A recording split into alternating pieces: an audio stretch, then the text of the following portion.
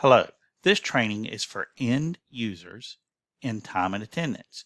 You are an end user if you are using time and attendance simply to record your time. To use time and attendance to record time, there are several options.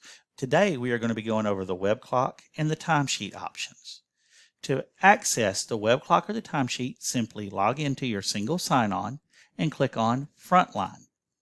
You'll be given two options, absence management and time and attendance. Click on time and attendance. From here, you will have a dashboard that looks very similar to this. The easiest way to record your time is to click on time clock. From here, you can simply click on sign in, and you are now signed in. As long as 1 minute transpires between the time that you sign in and try to sign out, you can sign in and sign out as many times as necessary during the course of the day. Depending upon your rights, you may have access to a timesheet as well. If you have access to the timesheet, you will see the icon right here on your dashboard. To access it, simply click on it, and you will see that the time where I just used the time clock to sign in is right here. However, let's say that I was held up signing in because I went and spoke to my supervisor and I actually got there at 2 o'clock. I just didn't clock in till 2:07. To adjust that, I will click on the pencil and I will adjust my time accordingly. 2 o'clock. You will notice that this turned kind of this pink color here because a comment is required. Talking to supervisor before clocking in. Very important, click Save Changes.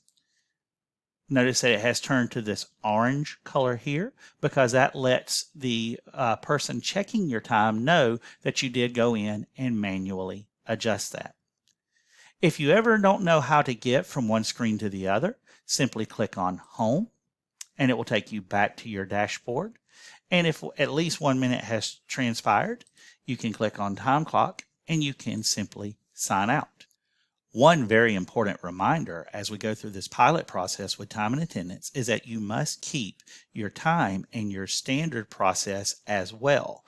We want to make sure that all time is recorded accurately during this pilot process, so please make sure that you are keeping your actual time on the method that you have been using previously.